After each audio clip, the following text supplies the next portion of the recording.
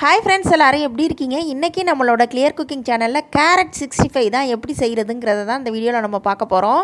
வீடியோக்குள்ளே போகிறதுக்கு முன்னாடி நம்மளோட கிளியர் குக்கிங் சேனலை இது வரைக்கும் சப்ஸ்கிரைப் பண்ணாமல் பார்த்துட்டு இருந்தீங்கன்னா சப்ஸ்கிரைப் பண்ணிவிட்டு வாங்க. அப்படியே பக்கத்தில் உள்ள பெல் ஐக்கானை ப்ரெஸ் பண்ணிவிட்டு வாங்க. நம்ம இப்போ வீடியோக்குள்ளே போகலாம்.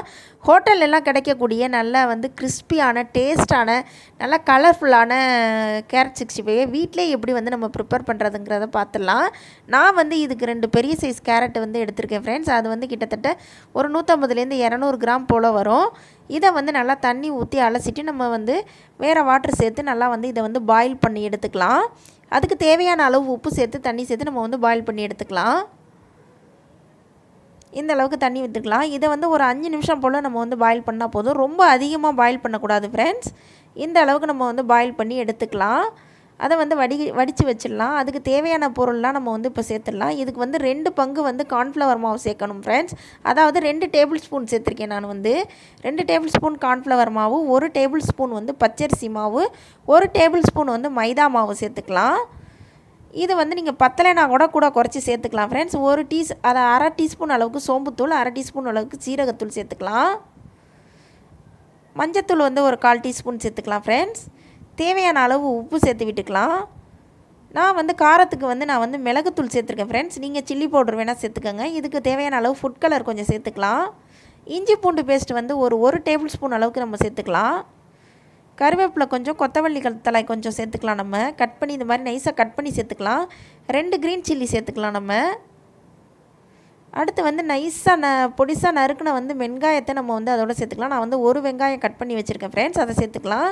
இதில் நான் கொஞ்சம் கொஞ்சமாக தண்ணி விட்டு நான் அந்த 65 கன்சிஸ்டன்சிக்கு நம்ம இதை பெசரி வச்சுக்கலாம். நம்ம பக்கோடாலாம் போடுவோம்ல, அந்த கன்சிஸ்டன்சியில் இருந்தால் கூட போதும். மசாலாலாம் நல்லா கோட்டாக இருக்கணும் ஃப்ரெண்ட்ஸ். அதாவது நம்ம சேர்த்த மசாலாலாம் நம்ம நல்லா கோட்டாக இருக்கணும். அந்தளவுக்கு நம்ம கலந்து விட்டுக்கலாம். இதுக்கு ஒரு 1/4 மூடி அளவுக்கு நம்ம லெமன் ஜூஸ் புழிஞ்சு விட்டுக்கலாம்.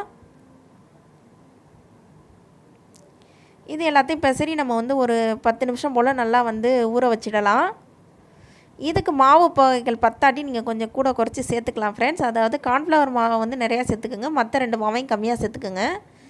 இப்போ ஒரு பேனில் அடுப்பில் வச்சுட்டு அதில் எண்ணெய் ஊற்றி நல்லா காய வச்சு இந்த மாதிரி போட்டு நம்ம எடுத்துக்கலாம். பக்கோடா போடுற மாதிரி போட்டு எடுத்துக்கலாம்.